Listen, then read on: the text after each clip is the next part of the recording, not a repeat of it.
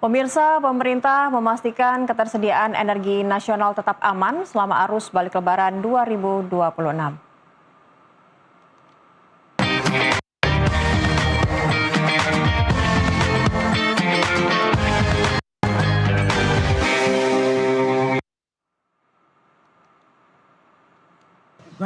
Dalam waktu Menteri Energi dan Sumber Daya Mineral Bahlil Lahadalia menegaskan hal ini usai meninjau langsung pasokan BBM dan listrik di sejumlah SPBU di Jawa Tengah.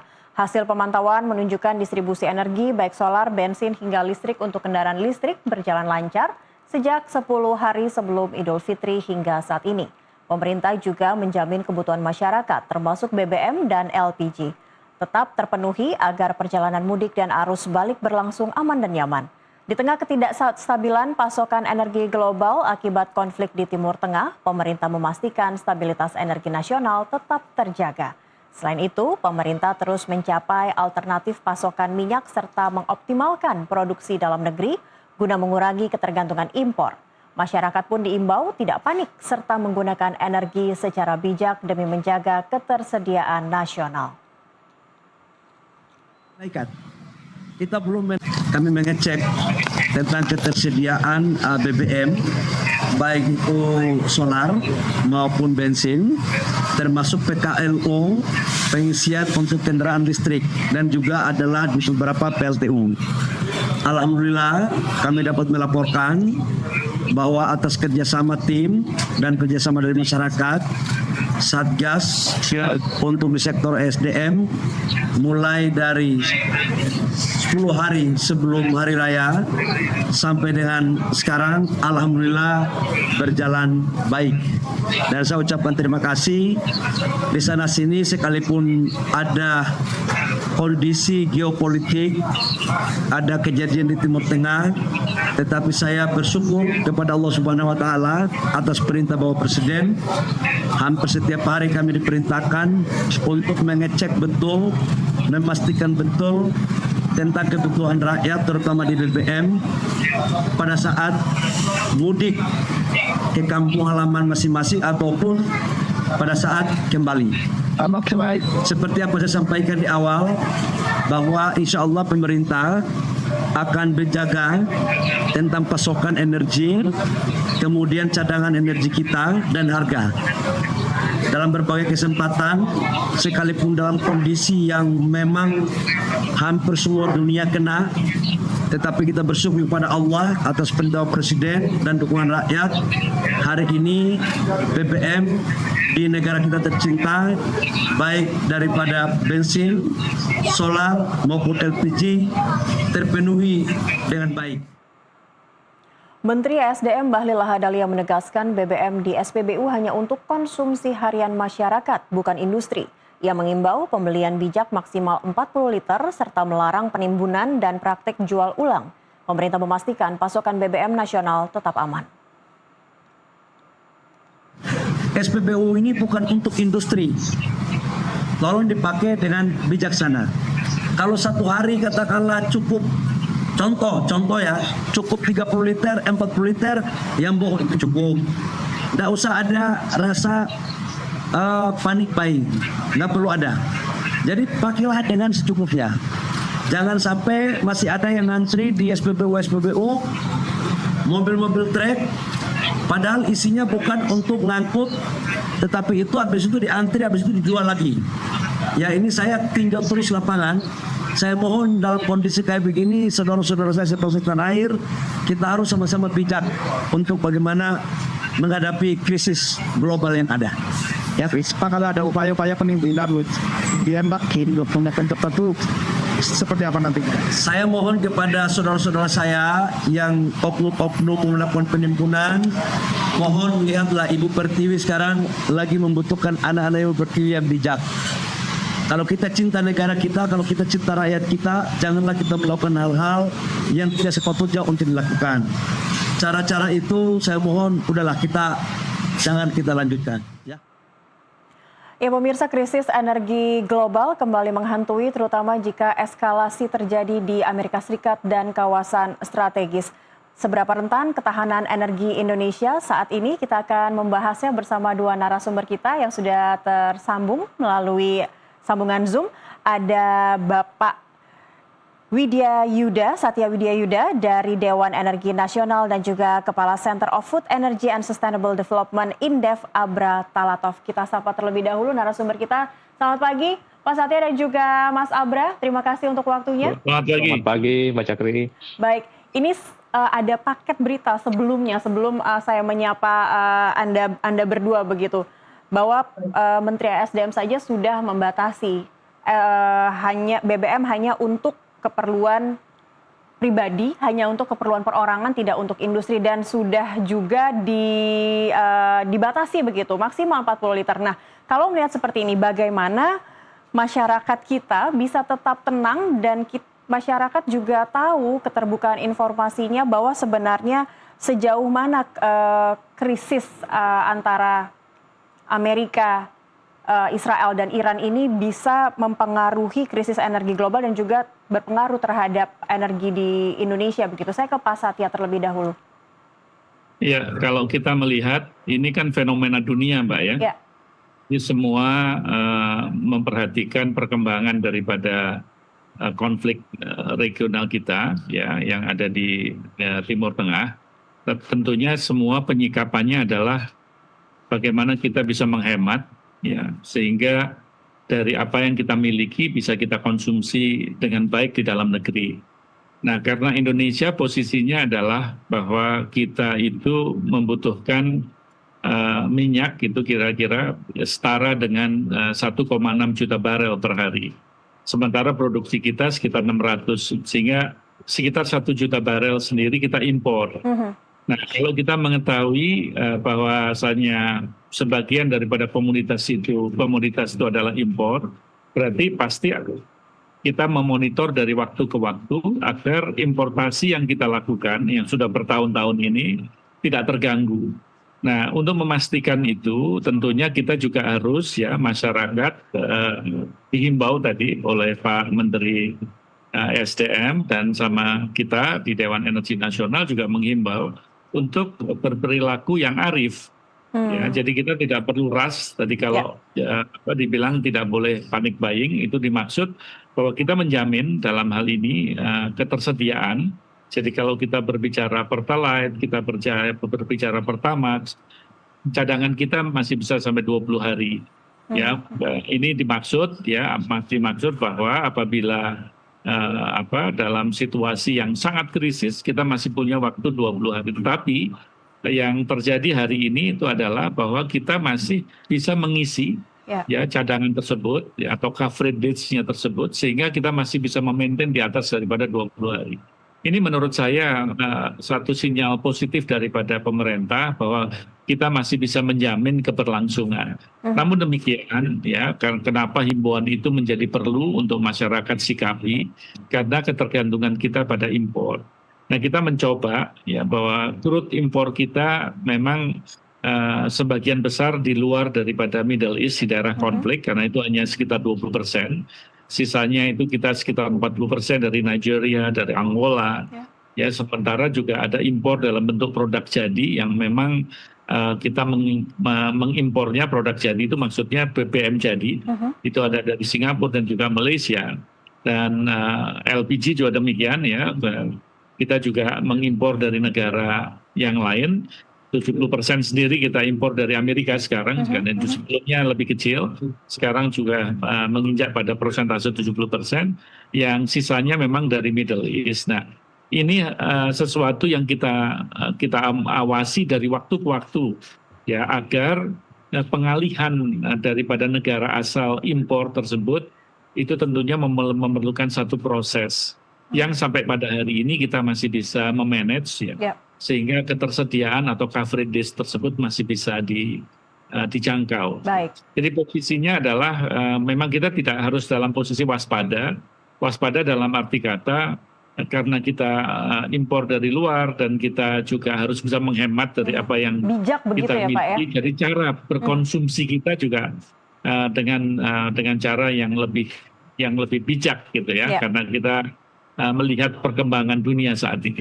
Berarti bisa kita artikan juga untuk supaya tidak ada rush di masyarakat. Waspada bisa kita artikan dengan bijak, khususnya untuk keterkaitannya dengan mengonsumsi BBM. Nah, kalau terkait dengan pasokan kita masih bisa dikatakan cukup tenang begitu. Tapi kalau dengan melihat ketergantungan impor BBM Indonesia ini, Pak, yang masih tinggi, apakah jika terjadi shock harga minyak global, apa yang harus diantisipasi begitu? Apa yang harus diketahui juga oleh masyarakat? Ya, makanya menghemat tadi menjadi salah satu solusi, Mbak. Jadi satu, kita misalkan ya memaksimalkan penggunaan daripada transportasi publik. Ya, itu menurut saya sudah yang biasanya kita satu mobil satu orang, ya misalkan kita isi satu mobil bisa 4-5 orang, ya untuk supaya kita bisa menghemat. Menggunakan transportasi publik. Moda transportasinya kalau misalkan memiliki kendaraan listrik mungkin akan lebih mudah, ya lebih mudah karena ketergantungan dengan BBM-nya kecil. Begitupun pula di LPG, ya LPG kan kebanyakan dipakai untuk ibu rumah tangga, ya maka kompor listrik murah, itu juga menjadi salah satu solusi. Ini dalam rangka apa? Di dalam rangka kita memanage dari sisi demand, ya dari sisi permintaan. Bukan berarti kita dalam keadaan yang mengkhawatirkan, tetapi perilaku ini harus kita biasakan supaya apabila ya terjadi hal-hal yang tadi disampaikan bahwa ada masalah mungkin ketersediaan yang terganggu sehingga harga menjadi melonjak tinggi. Nah, kalau perilaku kita sendiri sudah mencerminkan perilaku yang mengarah kepada efisiensi penggunaan energi, saya pikir itu menjadi hal yang positif ya. Baik. Karena di negara-negara maju juga demikian. Ya. Maka kita mendidik masyarakat untuk melakukan yang sama, terutama terhadap kelompok-kelompok yang mungkin memanfaatkan situasi ini dengan menimbun. Itu menurut saya juga hal yang harus kita hindari. Ya. Maka aparat penegak hukum juga tentunya dalam hal ini juga akan turun gitu ya untuk melihat jangan sampai timbul penimbun-penimbun ya. Begitupun pula pembelian di SPBU yang berlebih, itu kan berarti ada niat untuk menimbun itu ya. Nah itu tentunya tadi sudah disampaikan, jadi kita membatasi di dalam rangka bagaimana kita mengantisipasi kalau ke depannya konflik global ini berkepanjangan. Baik. Jadi menurut saya ini yang harus ada di dalam pikiran kita semua, sehingga kita antisipasinya untuk menjadi pembelajaran, untuk bersiap tapi bukan berarti waspadanya untuk lebih bijak begitu ya Pak. Baik, saya ke Mas Abra. Mas Abra, tapi jika krisis energi global ini benar-benar terjadi dan sedianya kita harus siap untuk menghadapi itu, sebenarnya bagaimana dampak langsungnya terhadap inflasi di Indonesia? Iya Mbak Cakri, memang tidak bisa dihindari ya kenaikan harga minyak mentah ini pastinya dampaknya secara langsung di sektor energi dan di sektor lain, di sektor transportasi, logistik, termasuk juga pangan. Jadi paling tidak transmisinya dari kebutuhan importasi BBM yang besar tadi, ya terutama minyak dan juga LPG, ini akan menekan nilai tukar rupiah kita. Jadi kita mengalami tekanan ganda. Pertama, harga minyaknya naik, kemudian rupiah kebutuhan untuk falas kan tinggi. Artinya nanti juga imported inflation, inflasi yang diakibatkan oleh importasi berbagai barang, itu juga akan meningkat. Nah, maka hemat BBM tadi sebetulnya dimaknai agar kebutuhan untuk BBM kita tidak mengalami ekses gitu, tidak mengalami over kuota khususnya untuk BBM subsidi. Sehingga pemerintah kan kita dengar sudah punya komitmen untuk mempertahankan harga BBM subsidi tidak ada kenaikan. Ya, dan juga pemerintah menyampaikan akan menjaga disiplin fiskal tetap maksimal 3% terhadap PDB. Artinya itu memberikan sinyal ya pemerintah akan menyiapkan bantalan fiskal ya untuk menghadapi berbagai kemungkinan lonjakan harga energi dengan menambah alokasi subsidi dan kompensasi energi. Kita tahu tahun ini kan alokasi subsidi energi kita sekitar 210 triliun ya untuk BBM. Nah, defisitnya 2,68%, jadi memang space-nya masih kecil. Nah, kita mendengar statement dari Pak Prabowo bahwa paling tidak sudah ada identifikasi awal sekitar 881 triliun, Mbak, sebagai buffer kalau nanti memang dibutuhkan tambahan subsidi dan kompensasi energi. Tadi untuk meredam agar inflasinya tidak mengalami lonjakan karena Oke. per Februari kemarin inflasi kita sudah menyentuh 4,7% year on year. Ya. Nah, belum dilakukan penyesuaian harga, inflasinya sudah tinggi. Nah, apalagi nanti kalau sampai harga BBM dan LPG naik, kita juga melihat pengalaman di tahun 2005 misalnya sebagai salah satu benchmark ya, karena waktu itu kenaikan harga minyak mentah dunia itu selisihnya sampai 54%, 125% di tahun 2005, itu inflasi kita nasional sampai 17%, Mbak, double digit. Ya. Dan itu pun di tahun 2005 di era Pak SBY, harga BBM juga sudah dinaikkan. Gitu artinya tekanannya begitu nyata. Nah, oleh karena itu memang tadi masyarakat memang betul-betul harus dipahamkan bahwa bisa kita mempertahankan harga BBM tidak mengalami kenaikan asalkan konsumsinya dikendalikan. Dan masyarakat juga harus melihat kondisi di berbagai negara, bahkan di Filipina misalnya sudah mendeklarasikan darurat energi. Dan di Malaysia dan beberapa negara sudah ada pembatasan penjualan baik BBM subsidi maupun non subsidi. Misalnya untuk yang subsidi di Malaysia itu kemarin Anwar Ibrahim menyampaikan untuk kendaraan roda 4 yang kecil itu maksimal 50 liter setiap pembelian. Nah, untuk kemudian yang untuk kendaraan yang non subsidi itu dibatasi per bulan itu sekitar 200 liter. Nah, itu bisa menjadi contoh lah buat kita ke depan. Memang tadi Pak Bahlil menyampaikan dihimbau agar pembelian dikendalikan sekitar 30-40 liter. Tapi kan sifatnya masih himbauan. Mungkin ke depan harus ada kebijakan yang lebih tegas gitu. Harus betul-betul dibatasi. Jangan hanya sekedar himbauan begitu ya. Sekarang memang supaya betul-betul bisa dilakukan dilakukan oleh masyarakat kita. Tapi Mas Abra, sebenarnya seberapa besar sih resiko inflasi untuk imported inflation ini, dan sektor-sektor apa yang nantinya bisa yang paling pertama begitu terdampak? Iya, Mbak. Jadi kan imported inflation ini nantinya kan yang kedua resikonya adalah kenaikan harga di biaya produksi dan distribusi. Sudah tentu karena energi ini kan menjadi input utama setiap proses produksi di industri. Nah, itu kita bicara dengan asumsi harga BBM ya khusus yang subsidi tidak mengalami kenaikan. Jadi pemerintah dan BI kan tahun ini menetapkan target inflasi 2,5 plus minus 1%. Nah, tadi di bulan Februari sudah menyentuh 4,7%. Artinya memang di awal April nanti kemungkinan besar untuk harga BBM non subsidi ya sebagaimana di bulan-bulan sebelumnya pasti akan ada koreksi harga.